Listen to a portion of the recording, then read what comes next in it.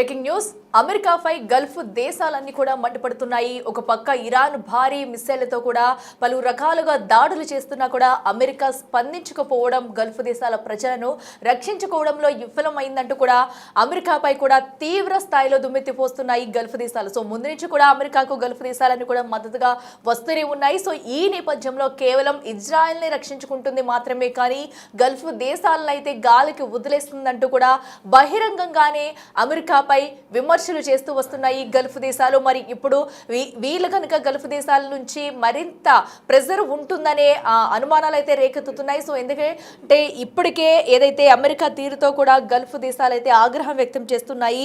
ఒకవైపు Gulf దేశాలపై Iran భీకర దాడులు చేస్తున్నా కూడా అమెరికా ఎందుకు స్పందించడం లేదు, ఎలాంటి సపోర్ట్ చేయట్లేదు. సో వందల కొద్ది మిసైల్స్ కానీ డ్రోన్లతో కూడా వణుకు పుట్టిస్తుంది ఇరాన్. అయినా కూడా ప్రతి ఒక్కరూ ప్రాణాలను గుప్పెట్లో పెట్టుకుని కూడా భయంతో బిక్కుబిక్కుమంటూ గడుపుతున్నాం.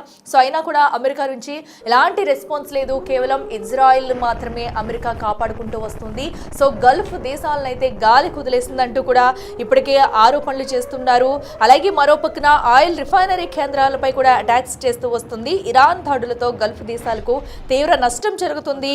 ఇరాన్ దాడులను కూడా గల్ఫ్ కంట్రీస్ అయితే ప్రస్తుతం అడ్డుకోలేకపోతున్నాయి. సో ఎందుకంటే మనం చూడొచ్చు ఏకంగా సో అమెరికా లక్ష్యంగా చేసుకుని కూడా గల్ఫ్ దేశాలపై ఇరాన్ అయితే ఏకదాటిగా దాడులు చేస్తుంది. వందల కొద్ది మిస్సైళ్లతో కూడా ఎగిసిపడుతుందని చెప్పాలి. సో దీంతో ప్రజలంతా ఒక పక్కన భయంతో వణికిపోతున్నారు. అలాగే అదే స్థాయిలో భారీ నష్టాన్ని కూడా చవిచూడాల్సి వస్తుంది. ఆయిల్ రిఫైనరీ కంపెనీలపై కూడా మిస్సైళ్లతో కూడా దాడులకు దిగబడుతుంది. మరో పక్కన అయితే దాడులు అమెరికా అయితే దాడులు ఎందుకు నిలువరించలేకపోతుందంటూ కూడా ప్రశ్నిస్తున్నారు. అవసరమైనంత సాయం చేయడం లేదంటూ కూడా విమర్శలు వెల్లువెత్తుతున్నాయి. అయితే ఇప్పటికే అమెరికా తీరుపై కూడా గల్ఫ్ దేశాలు అయితే అసంతృప్తి వ్యక్తం చేస్తున్నాయి. మరి తర్వాత పరిణామాలు ఎలా ఉండబోతున్నాయి, మరి అమెరికా స్పందిస్తుందా లేదంటే అటు గల్ఫ్ దేశాల ప్రజల్ని ఎవరు ఆదుకుంటారు? సో ప్రస్తుతం సిచ్యువేషన్ ఏంటి వాళ్ళది? ఇలాగే ఇరాన్ కనుక ఇంకా మరిన్ని దాడులు కొనసాగిస్తే కనుక అక్కడ ఇంకా భారీ నష్టాన్ని చవిచూడాల్సి వస్తుంది. ప్రజలు కూడా ప్రాణ నష్టం కూడా పెరిగే అవకాశం అయితే క్లియర్ కట్గా కనిపిస్తుంది. ప్రస్తుతం అయితే ఇరాన్ ఎక్కడా తగ్గట్లేదు. గల్ఫ్ దేశాలనే లక్ష్యంగా చేసుకుని కూడా మిస్సైళ్లతో వాళ్ళ మీద విరుచుకుపడుతుంది. సో ఇప్పుడు ఏంటి సిచ్యువేషన్? వాళ్ళకి ఎవ్వరు మద్దతు ప్రకటిస్తారు? అమెరికా ఇప్పటికైనా తన మౌనాన్ని వీడి కేవలం తమకి కావాల్సినంత సాయం చేయాలంటూ కూడా వారు కోరుతూ వస్తున్నారు. అయినా కూడా అమెరికా నుంచి ఎలాంటి రెస్పాన్స్ లేదని చెప్పాలి. కేవలం ఇజ్రాయెల్ మాత్రమే రక్షిస్తుందంటూ కూడా బహిరంగంగానే విమర్శలు చేసుకుంటూ వస్తున్నారు. మొదటి నుంచి కూడా అమెరికాకైతే గల్ఫ్ దేశాలు మద్దతు పలుకుతూ వస్తున్నాయి. అయితే తమకు సాయం చేయడం లేదు. ఎందుకు సహాయం చేయడం లేదు? ఇంత క్లిష్ట పరిస్థితుల్లో కూడా కేవలం ఇజ్రాయెల్కి సపోర్ట్ చేస్తుంది, గల్ఫ్ దేశాలని గాలికి వదిలేస్తుందంటూ కూడా మండిపడుతున్నారు. అదే ప్రధానంగా చూసుకున్నట్టయితే Bahrain, Qatar, UAE, Kuwait, Saudi Arabia, Jordan పై కూడా ఇరాన్ అయితే విస్తృత దాడులు చేస్తుంది. ప్రధానంగా ఈ ప్రాంతాల్లో అయితే ఇరాన్ అయితే మిస్సైళ్లతో కూడా విరుచుకుపడుతుందని చెప్పాలి. భారీ ఆస్తి నష్టం, ప్రాణ నష్టం కూడా ఇంకా పెరిగే అవకాశాలు కనిపిస్తున్నాయి. సో ఎక్కడ చూసినా కూడా మిస్సైళ్ల వర్షం కనిపిస్తుంది. సో ఇంత జరుగుతున్నా అమెరికా ఎందుకు గల్ఫ్ దేశాల తరపున మాట్లాడట్లేదు, ఎందుకు సాయం చేయట్లేదు అంటూ కూడా బహిరంగంగా విమర్శలు చేస్తున్నారు. మరి ఇంకా దాడులు కనుక ఉధృతం చేస్తే వారి పరిస్థితి ఏంటనేది కూడా మనం అర్థం చేసుకోవచ్చు. సో ఇప్పటికే ఆ ప్రాంత ప్రజలంతా కూడా వణుకుపోతున్నారు, బిక్కుబిక్కుమంటూ కూడా ఉంటున్నారు. తమ ప్రాణాలు ఎప్పుడు ఎలా ఉంటాయనేది కూడా ఎవరి చేతుల్లో లేని సిచ్యువేషన్. ఏ పక్క నుంచి ఏ బాంబు వచ్చి పేలుతుంది, ఏ మిసైల్ వచ్చి ఎక్కడ పడుతుంది అనేది కూడా ఎవరు ఊహించలేనట్టు సిచ్యువేషన్ అయితే నెలకొంది. ఒకసారి ఆ ప్రాంతాల్లో సిచ్యువేషన్ ఎలా ఉందనేది కూడా ఒకసారి చూద్దాం.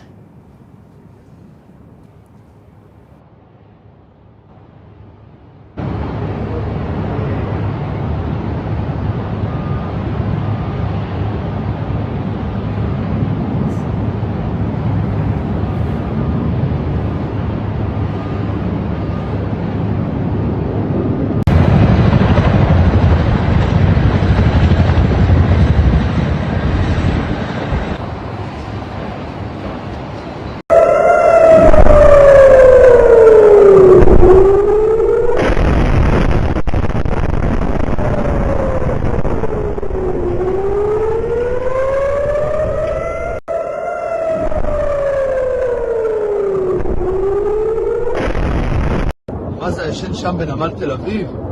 וואי וואי. אלוהים תעזרוני! אלוהים! החלמה! כל הנמל התפוצץ!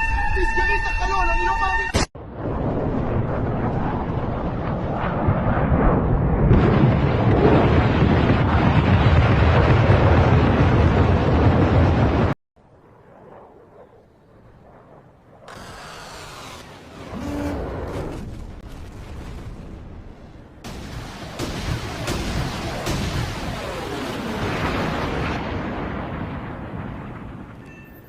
Target destroyed.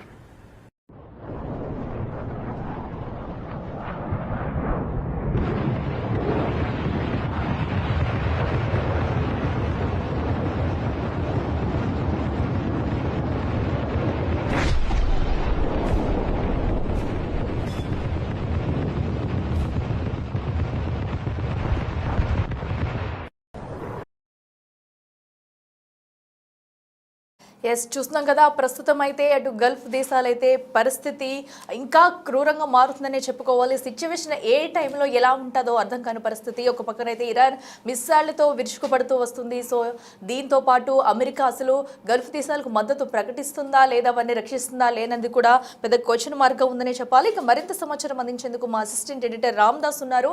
Yes Ram Das మనం చూస్తున్నాము. సో ఇరాన్ ఇంత ఘటనలకి వరుస మిసైళ్లతో కూడా దాడి చేస్తూ వస్తుంది. గల్ఫ్ దేశాలు అయితే ప్రస్తుతం అమెరికానైతే దుమ్మెత్తు పోస్తున్నాయి. అసలు ఎందుకు గల్ఫ్ దేశాలను ఆదుకోవడంలో విమర్శలు పాలవుతుందని చెప్పుకోవాలి. సో ఇప్పటికైనా అమెరికా స్పందించే అవకాశం ఉంటుందనుకోవచ్చా? ఎస్ చూస్తున్నాం కదా ఏదైతే అటు మిస్సైళ్లతో వర్షం కురిపిస్తుంది ఆ గల్ఫ్ దేశాలపై కూడా ఇరాన్ అయితే. సో ప్రస్తుతం అయితే ఎక్కడ చూసినా కూడా సిచ్యువేషన్ మరీ ఘోరంగా ఉందని చెప్పుకోవాలి. దీంతో ప్రజలంతా ప్రాణ భయంతో బిక్కుబిక్కుమంటూ తమ ఇళ్లలోనే గడుపుతున్నారు. ఏ సమయంలో ఎలాంటి మిస్సైల్లో చెక్కడ పడుతుంది, ఏ బాంబు చెవరిపై పడుతుంది అంటూ కూడా ప్రాణాలు అరిచేతిలో పెట్టుకుని ఉన్నారు. ఎస్ మా అసిస్టెంట్ ఎడిటర్ రామ్ దాస్ అందుబాటులో ఉన్నారు. ఎస్ రామ్ దాస్ మనం చూడొచ్చు. సో ఇప్పటికే గల్ఫ్ దేశాలను ఆదుకోవడంలో అమెరికా విఫలమైంది అంటూ కూడా విమర్శలు వెల్లువెత్తుతూ వస్తున్నాయి. సో ఇప్పుడు ఏంటి అమెరికా ఏమైనా దీనిపై స్పందించే అవకాశం ఉంటుందనుకోవచ్చా? ప్రాంతీయ సంఘర్షణగా మారిన పరిస్థితి అంటే ఇక్కడ ఇజ్రాయెల్ ఇరాన్ మధ్య జరుగుతున్నటువంటి ఈ అమెరికా ఈ ట్రయాంగిల్ ఫైట్ ఏదైతే ఉందో ఇదంతా కూడా ఇప్పుడు పశ్చిమ దేశాలపై తీవ్ర ప్రభావం చూపుతున్న పరిస్థితి. ప్రధానంగా అన్ని దేశాల్లో బాధిత దేశాలుగా మారుతున్న పరిస్థితి కనబడుతోంది. ఇక్కడ ప్రతీకార దాడులతో ఈ ఇరాన్ ఏదైతే ఉందో చుట్టుపక్కల ఉన్నటువంటి పశ్చిమాసియా దేశాలందరిపైన కూడా దాడి చేస్తుంది. కేవలం ఇది చిన్న తరహా దాడులు కావు. ప్రధానంగా అక్కడి ఆయిల్ రిఫైనరీ సెంటర్స్ అలాగే అక్కడి వాణిజ్య కార్యకలాపాలకు సంబంధించినటువంటి కీలక కేంద్రాలతో పాటు అమెరికా ఏర్పడుతున్న అలాగే మిగతా ప్రాంతాలపై దాడులు చేస్తున్న క్రమంలో అవి పూర్తిగా గురితప్పి అక్కడి ఆ ప్రాంతాలపై పూర్తిగా వాణిజ్యపరమైన వంటి దెబ్బతీస్తున్న పరిస్థితి కనబడుతుంది. దీంతో అక్కడ ఆ దేశాలన్నీ కూడా ఒక రకంగా బెంబేలెత్తిపోతున్న పరిస్థితి కనబడుతుంది. ఎందుకంటే ఇరాన్ మిసైల్ సామర్థ్యం ముందు ఈ దేశాలు కూడా చాలా వరకు ఇంటర్సెప్ట్ చేసినప్పటికీ కూడా నేరుగా దాడి చేసే సందర్భం కూడా ఇక్కడ కనబడట్లేదు. అంటే ప్రధానంగా వీళ్ళంతా కూడా అమెరికా పైన ఆధారపడి ఉన్నారు. ఎందుకంటే అక్కడ ఉన్నటువంటి అమెరికన్ ఎయిర్ బేస్లు ఏవైతే ఉన్నాయో వాటికి చాలా పటిష్టమైనటువంటి టెక్నాలజీని రూపొందించారు. అవన్నీ కూడా జామర్లతో సిద్ధంగా ఉంటాయి. ఆ జామర్లన్నీ కూడా ఒకవేళ అమెరికన్ అప్రూవ్ చేస్తేనే ఇక్కడ నుంచి వీళ్ళు కూడా దాడి చేసే సిద్ధంగా ఉండే పరిస్థితి కనబడుతుంది. ఏదేమైనా ఇక్కడ ఈ సైనిక సంఘర్షణ అనేది విస్తృత ప్రాంతీయ మారిన పరిస్థితి. ఎందుకంటే ఇరాన్ వాషింగ్టన్ తో దీర్ఘకాలంగా పొత్తు పెట్టుకున్నటువంటి ఈ గల్ఫ్ దేశాలపై దాడి చేస్తుంది. ఆ రకంగా అరుదైన ఒక విమర్శ అయితే మనకి ఇక్కడ కనబడుతుంది. ఇక్కడ సౌదీ ఒక సీనియర్ అధికారి అమెరికా తమను ఎక్కడా పట్టించుకోవట్లేదు, కేవలం ఇజ్రాయెల్ అమెరికా మాత్రమే చాలా పకడ్బందీగా ప్లాన్ చేసుకుని ఒకరినొకరు సెక్యూరిటీ చేసుకుంటున్న పరిస్థితి కనబడుతుంది. ఈ సందర్భంలో తమని పెద్దగా పట్టించుకోవట్లేదు, తమపై దాడి జరుగుతున్న అమెరికా తమకు ఎక్కడ ఎక్కువ చాలా ఎదురుదాడి చేసేందుకు సహకరించట్లేదంటూ వీళ్ళంతా కూడా ఒక అంతర్జాతీయ మీడియా సంస్థలటువంటి కొన్ని వార్తలు ప్రసారమైన మనకు అర్థమవుతున్నాయి. అంటే ప్రధానంగా ఖతర్ దోహా నుంచి నడుస్తున్నటువంటి ఏదైతే ఈ అల్ జజీరా సార్ అల్ జజీరాకు సౌదీ డిప్లొమాట్ ఒకరు ఈ మాట్లాడితే మనకు వార్తలు వస్తున్నాయి. సో ఆ మాటలు ఇప్పుడు కొంత సంచలనంగా కలకలం రేపుతున్న పరిస్థితి కనబడుతుంది. ఎందుకంటే గల్ఫ్ దేశాల కంటే ఇజ్రాయెల్ కి అమెరికా ఎక్కువగా ఇంపార్టెన్స్ ఇస్తోంది. వాషింగ్టన్ మమ్మల్ని పూర్తిగా విడిచిపెట్టి వదిలేసింది. అంటే ఎక్కడ పూర్తిగా ఇరాన్ క్షిపణులు ఆ డ్రోన్లకు ఇప్పుడు మేము పూర్తిగా భయపడాల్సిన పరిస్థితి వచ్చినట్టు ఆయన మాట్లాడుతున్న మాటలు ఇప్పుడు అంటే పరిస్థితికి అర్థం పడుతున్నాయి. వాస్తవంగా అలాంటి సందర్భం ఉందో అలాంటి సిచ్యువేషన్ ఉందంటే ఇక్కడ అమెరికన్ ఎయిర్ బేస్లు పూర్తిగా టార్గెట్ అయ్యాయి. అంతేకాదు అమెరికన్ ఎంబసీ టార్గెట్ అయ్యాయి. ఆ సందర్భంలో ఎక్కడ వీళ్ళంతా కూడా మళ్ళీ ప్రతీకార దాడులకి దిగట్లేదు. గల్ఫ్ దేశాలు ఏవైతే ఉన్నాయో ఆ గల్ఫ్ దేశాలన్నీ కూడా మౌనంగా ఆ దాడిని చూస్తూ భరిస్తున్నాయి. కానీ ఇంకా ఇప్పటి వరకు వాళ్ళు కూడా ప్రతీకార దాడులకి దిగట్లేదు. ఎందుకంటే ఇక్కడ బ్రదర్ నేషన్స్ అని చెప్తున్నా ఇరాన్ వీళ్ళందరిపై దాడి చేసినప్పుడు కూడా వీళ్ళు ఏమాత్రం దీనిపై గట్టిగా స్పందించిన తీరైతే కనబడుతుంది. అంటే ఇక్కడ వ్యూహాత్మకంగా అలాగే ఈ నాయకత్వ లక్ష్యాలను టార్గెట్ చేసుకొని ఇరాన్ లోపల అమెరికా ఇజ్రాయెల్ చేసినటువంటి వైమానిక దాడి తర్వాత ఇప్పుడు ఈ తలెత్తినటువంటి సంక్షోభం ఏదైతే ఉందో ఆ సంక్షోభానికి సంబంధించి ఇప్పుడు ఈ ప్రతిదాడులు ఏ విధంగా కొనసాగుతున్నాయి. సో మొత్తం మీద ఆ దాడులకు సంబంధించి ఈ ముప్పు ఎదుర్కొంటున్న ఈ దేశాలన్నీ కూడా ఇప్పుడు ప్రధానంగా ఎదురు బహ్రెయిన్ కావచ్చు, ఖతర్ కావచ్చు, యునైటెడ్ అరబ్ ఎమిరేట్స్ అంటే ఈ దుబాయ్ దేశాలు ఏవైతే ఉన్నాయో దాంతో పాటు కువైట్, అలాగే Kingdom of Saudi Arabia, KSA ఇవన్నీ కూడా, దాంతో పాటు జోర్డాన్ ఇవన్నీ కూడా అక్కడ కంప్లీట్ గా యుఎస్ సైనిక ఆస్తులు ఉన్నాయి, అలాగే మౌలిక సదుపాయాలు ఉన్నాయి. వీటన్ని మీద దాడి జరుగుతున్న క్రమంలో ఇప్పుడు ఉన్నటువంటి పరిస్థితుల్లో గల్ఫ్ లో ఒక అత్యంత కీలకమైనటువంటి దాడిగా చెప్తారు. ఇంతవరకు కూడా గల్ఫ్ లో ఇప్పటి వరకు ఇంత భారీ స్థాయిలో ఈ దాడులు ఎక్కడ కూడా జరగని పరిస్థితి మనకు కనబడుతుంది. సో ఈ దాడులన్నీ ఎదుర్కొని ప్రస్తుతం సిచ్యువేషన్ లో వీళ్ళంతా కూడా కీలకమైన ముందడుగు వేస్తున్న పరిస్థితి కనబడుతుంది. మరీ ముఖ్యంగా ప్రధానంగా ఇటువంటి దాదాపు 10 దేశాల్లో ఈ దాడులు భీకరంగా జరుగుతున్న పరిస్థితి కనబడుతుంది. వెంటనే దాడులు ఆపాలి, లేదంటే ఇక మేము కూడా దాడులు చేయాల్సి వస్తున్నట్టు ఇరాన్ కు ఇప్పుడు దాదాపు 6 దేశాలు జాయింట్ గా ఒక హెచ్చరిక జారీ చేస్తారు. పరిస్థితి కనబడుతుంది. ఒక సంయుక్త ప్రకటన కూడా వెలువడ్డట్టుగా ప్రస్తుతం మనకు వార్తలు అందుతున్నాయి. ఎందుకంటే ఇరాన్ అనేది ఒక షియా దేశం. ఇక్కడ మిగతా గల్ఫ్ కంట్రీస్ అన్ని కూడా దానికి వ్యతిరేకంగా ఉన్నాయి. ఇక్కడ మతపరమైనటువంటి విభేదాలు చాలా ఉన్నాయి. ఇక్కడ మనం గమనించాల్సింది ఏంటంటే ఇరాన్ కి సౌదీకి ఉన్నటువంటి మతపరమైన విభేదాలు. సౌదీ ప్రత్యేకంగా సున్నీ దేశం, అలాగే ఇరాన్ వచ్చేసి కంప్లీట్ గా షియా దేశం. దాంతో మతపరమైన విభేదాలు, అభిప్రాయ భేదాలు అయితే కొనసాగుతున్నాయి. ఇక్కడ సౌదీకి లేదా మిగతా సౌదీ చుట్టుపక్కల ఉన్నటువంటి మిత్ర దేశాలన్నిటికీ కూడా ఇరాన్ ఒక ప్రత్యామ్నాయ శక్తిగా ఎదిగింది. ఆ క్రమంలోనే ఇక్కడ ఏవైతే ఈ దేశాలకు మళ్ళీ Qatar, Kuwait, Bahrain, Saudi, Dubai దేశాలు ఉన్నాయో వీటన్నిటికీ వీళ్ళంతా కూడా అమెరికన్ తొత్తులుగా ఉన్నారు. వీళ్ళంతా కూడా అమెరికాకు మిత్ర రాజ్యాలుగా వ్యవహరిస్తున్నారని మొదటి నుంచి కూడా ఇరాన్ ఆరోపిస్తుంది. ప్రధానంగా అందుకు అనుగుణంగానే వీళ్ళందరికీ వ్యతిరేకంగానే సొంతంగా సైనిక సామర్థ్యాన్ని కూడగట్టుకుని సొంతంగానే తమ వ్యూహాలను అమలు చేస్తున్న పరిస్థితి. ఈ నేపథ్యంలో ఇప్పుడు ఆ భేదాభిప్రాయాలు ఒకటి ప్లస్ దాంతో పాటు అమెరికాకు వీళ్ళంతా ఆశ్రయం ఇష్టం నేపథ్యంలో ఆ రకంగా ప్రస్తుతం దాంతో పాటు ఖమేనీ మరణాన్ని కూడా సెలబ్రేట్ చేసుకుంటున్నారు ఆ కంట్రీస్ లో. తర్వాత గల్ఫ్ కంట్రీస్ లో కావచ్చు, ఇరాన్ సొంత దేశంతో పాటు ఇంకా ఇందాక మనం అనుకుంటున్నట్టు గల్ఫ్ దేశాలు కూడా ఖమేనీ మరణ వార్త తెలిసిన తర్వాత చాలా మంది సెలబ్రేట్ చేసుకోవాలి. సో అవన్నీ కూడా ఇప్పుడు వీళ్ళకి కొంత కంటకంగా మారినాయి. దాంతో పాటు తాజాగా ఇరాన్ నుంచి వచ్చినటువంటి దాడులను ఎదుర్కొంటున్న ఈ 6 దేశాలు ఏదైతే ఉన్నాయో కీలక సంయుక్త ప్రకటన చేసినట్టు తెలిసింది. ఇరాన్ వెంటనే దాడులు ఆపాలి, లేదంటే తాము కూడా తాము రక్షించుకునే క్రమంలో ఖచ్చితంగా దాడులు ఉంటాయంటూ Qatar, Saudi, Jordan, Bahrain, Kuwait దేశాలకు జాయింట్ స్టేట్మెంట్ ఇచ్చినట్టు. సో ఇరాన్ దాడులు అనేది ఇప్పుడు ప్రాంతీయ భద్రతకు ఒక తీవ్ర ముప్పులా మారుతుంది. వెస్ట్ ఏషియా అంతా కూడా గడగడలాడుతున్న పరిస్థితి కనబడుతుంది. సో ఆ రకంగా దాంతో పాటు ఇప్పటికీ మొత్తం ఎయిర్పోర్ట్స్ అనేవి కూడా షట్ డౌన్ అయిన దాదాపు 10 దేశాల్లో విమాన సర్వీసెస్ పోయాయి. మొత్తం 10 దేశాల్లో గగనతలాలు మూసివేశారు, నోటలు జారీ చేశారు. ఆ ప్రాంతాల్లో ఎయిర్ స్పేస్ అంతా కూడా మూసివేసిన పరిస్థితి. దీంతో ఎక్కడ వాళ్ళు అక్కడ ట్రాన్సిట్ వీసా పరీక్ష టూరిస్టులు కావచ్చు, లేదా ఏషియన్ కంట్రీస్ నుంచి వచ్చిన వాళ్ళు కావచ్చు, లేదా యూరోపియన్ కంట్రీస్ నుంచి వచ్చిన వాళ్ళు కావచ్చు, ఇదంతా ఎక్కడికక్కడికి వెళ్లాల్సిన వాళ్ళతో కూడా చాలా దారుణమైన స్థితిలో ఉన్నారు.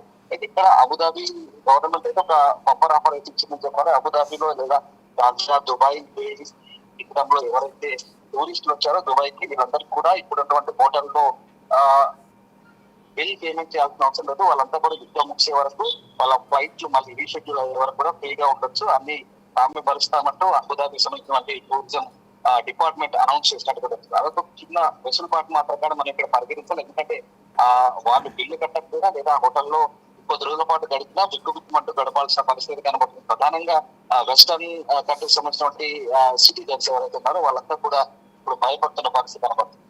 ఏదేమైనా అమెరికా తమని సెక్యూర్ చేయలేదంటూ గల్ఫ్ దేశాలను కూడా భావిస్తున్నట్టుగా వస్తున్నటువంటి వార్తలకు సంబంధించి కొంత ఎక్కలు కొడుతున్నాయి. కానీ దీనికి సంబంధించి ఖచ్చితమైనటువంటి ఇంకా బలమైనటువంటి వాదనలు ఇక్కడ మనకు ఎక్కడ వినిపించలేదు.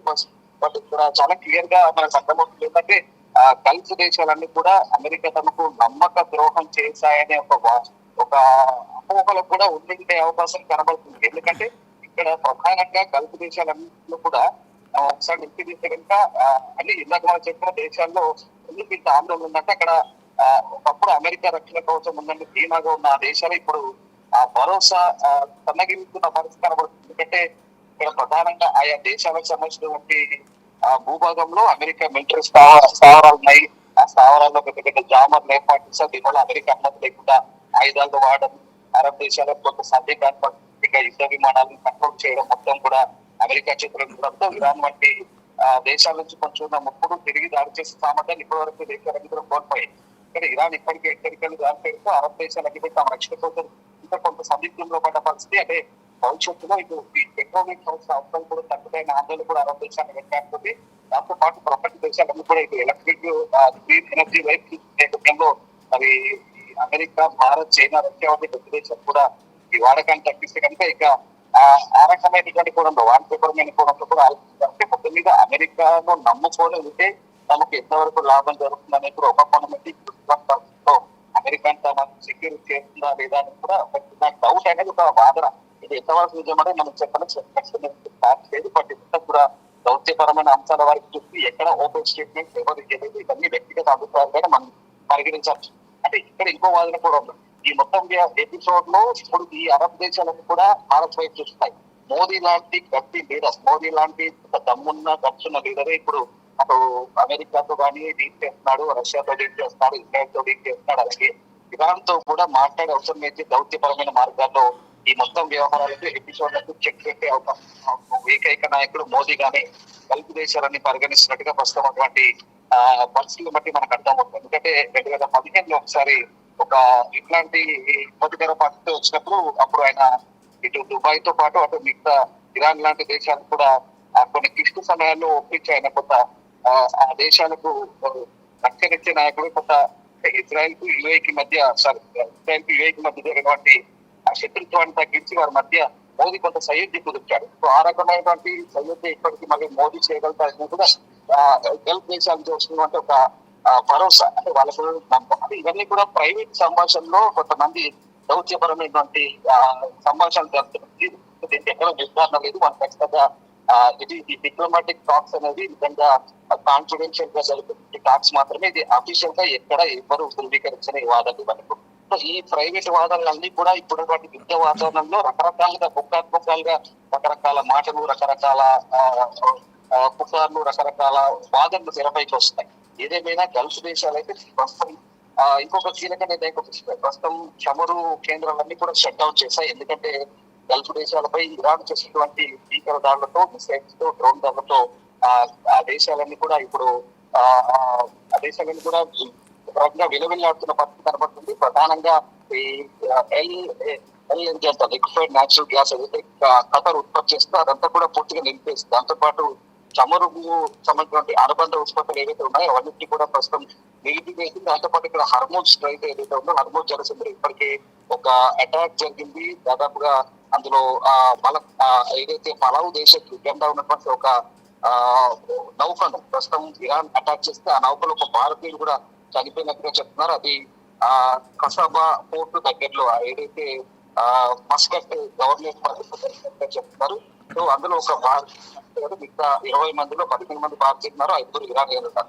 సో ఆ రకంగా ఇప్పుడైతే ఇక్కడికక్కడ నౌకలు నిలిచిపోయాయి, వాణిజ్యం నిలిచిపోయి. దీంతో క్రూడ్ ఆయిల్ ధరపై కూడా దీని ఎఫెక్ట్ తీవ్రంగా ఉండే అవకాశం కనిపిస్తుంది. అంతర్జాతీయ మార్కెట్ లో మరి రేపు మార్కెట్ ఓపెన్ తర్వాత బ్రెంట్ లో క్రూడ్ ఆయిల్ ధర ఏ రకంగా నిర్ధారించబడుతున్నది చూడాలి. సో ఇవన్నీ కూడా కొన్ని ఎగ్జాంపుల్స్ చెప్పాల్సి వస్తుంది. అంటే ప్రధానంగా జియో పొలిటికల్ ఇష్యూస్ అనేది కేవలం గల్ఫ్ పైనే ప్రభావం చూపెట్టినట్టు ఓవరాల్ గా అన్ని దేశాలపై కూడా ప్రభావం చూపుతున్నాయి. ప్రధానంగా ఇటు వెస్ట్ ఏషియాతో పాటు మిగతా దక్షిణ సౌత్ ఏషియాపై కూడా దీని ఇంపాక్ట్ ఉండే అవకాశం ఉంది. చమురు ధరల, గోల్డ్, వెండి ధరల ఆధారంగా చూసుకోలేదు. సో వాటి ఇప్పుడైతే సేఫ్ అండ్ సెక్యూర్ దేశాలుగా పరిగణించేటువంటి గల్ఫ్ దేశాల్లో కూడా ఎక్కడ పరిస్థితులు బాగా లేవు. అందుకే ఆయా దేశాల సిటిజన్స్ కూడా ఆయా దేశాల ఎంబసీలు కూడా అడ్వైజరీ జారీ చేస్తే జాగ్రత్తగా ఉండమని చెప్తున్నాయి. ప్రస్తుతం ఉన్నటువంటి పరిస్థితుల్లో ఆయా దేశాలు తమను తాము రక్షించుకునే ఆత్మరక్షణ చర్యలో భాగంగా ఇక వాళ్ళ ఆయుధాలకు లేదా వాళ్ళ సైనిక సామర్థ్యాలను వినియోగించుకునే అవకాశం ఎంతో దూరంలో లేదు. వీలైతే జాయింట్ స్టేట్మెంట్ ఇస్తే కూడా వార్తలు వస్తాయి. వీలైతే వీళ్ళంతా కూడా మళ్ళీ ఇరాన్ పై రిటైలేషన్ అటాక్స్ కూడా చేసే అవకాశం కూడా లేకపోలేదు. వీటన్నిటికీ మళ్ళీ ఈ దేశాలు కనుక ప్రతిదానం చేస్తుంటే నిజంగా పరిస్థితి చాలా దారుణంగా ఉంటుంది. ఇక ఇరాన్ పరిస్థితి గుర్తులో కూడా మాదిరిగా తయారయ్యే అవకాశం డెఫినెట్ గా ఉండే అవకాశం ఉంది. ఏదేమైనా ప్రస్తుతానికైతే సిచ్యువేషన్ లో పశ్చిమాసియా అంతా కూడా ఎయిర్ స్పేస్ తో పాటు బిజినెస్ ఆస్పెక్ట్ లో కూడా కంప్లీట్ గా షట్ డౌన్ అయిందని చెప్పాలి. కొద్ది రోజుల పాటు ఈ సిచ్యువేషన్, ఈ సినారియో కంటిన్యూ అయ్యే ఛాన్సెస్ కనిపిస్తాయి. Okay, right Ramdas, thank you. Yes, చూస్తున్నాం కదా ప్రస్తుతం అయితే గల్ఫ్ దేశాల్లో అయితే పరిస్థితులు అయితే ఇంకా భిన్నంగా మారుతున్నాయని చెప్పాలి. అయితే అమెరికా కనుక ఇలాగే ఉంటే కనుక తమ ఆత్మరక్షణ కోసం గల్ఫ్ దేశాలు తమ ఆయుధాలు కూడా వాడే అవకాశం అయితే వచ్చే అవకాశం కూడా స్పష్టంగా కనిపిస్తుంది. సో ఎందుకంటే ఇప్పటికే ఇరాన్ అయితే మిసైళ్లతో వర్షం కురిపిస్తున్నట్టు కూడా అక్కడ బాంబుల వర్షం కురుస్తుంది. సో ప్రతి ఒక్కరూ కూడా తమ ప్రాణాలను అరిచేతిలో పెట్టుకుని ఉంటున్నారు. సో ఏ క్షణంలో ఏం జరుగుతుంది అనేది కూడా ఎవరు కూడా ఊహించలేరు సిచ్యువేషన్స్ నెలకొన్నాయి. సో ఈ సమయంలో అండగా ఉండాల్సిన అమెరికా నుంచి ఎలాంటి సరైన రెస్పాన్స్ రావట్లేదు, సరైన కావాల్సిన సహకారాలు అందించట్లేదంటూ అటు ఇరాన్ ఏదైతే ఇప్పటికే గల్ఫ్ దేశ ప్రజలందరూ కూడా విమర్శలు చేస్తూ వస్తున్నారు. మరి ఇప్పటికైనా అమెరికా తీరు మార్చుకుంటుందా, లేదంటే గల్ఫ్ దేశాలే తమ ఆయుధాలను యూజ్ చేసి కూడా ముందుకెళ్తాయి. సో ఇప్పటికీ ఇరాన్ను అడ్డుకునేందుకైతే గల్ఫ్ దేశాల నుంచి అడ్డుకోలేకపోతున్నాయి. తమ శక్తి సామర్థ్యాలను ఎంత ప్రయత్నించినా కూడా ఇరాన్ను అడ్డుకునే ప్రయత్నం అయితే చేయలేకపోతున్నాయి. మరి ఈ నేపథ్యంలో ఏ విధంగా ముందుకు వెళ్తారు? సో ఇంకా ఇలాగే దాడులు ఉధృతం చేస్తే కనుక, యుద్ధం మరింత తీవ్రతరం చేస్తే కనుక సో ఇంకా ఎలాంటి సిచ్యువేషన్ ఉండబోతుంది? సో గల్ఫ్ దేశాలు ఎలాంటి నిర్ణయాలు తీసుకోబోతాయి అనేది కూడా వేచి చూడాలి.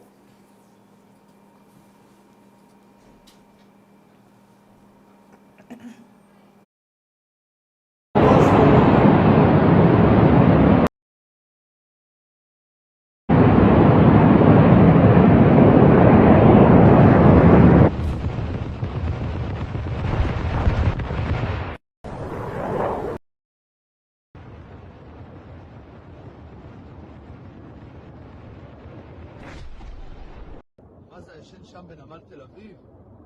וואי. אלוהים, תעזרו לי! אלוהים! החלמה! כל הנמל התפוצץ!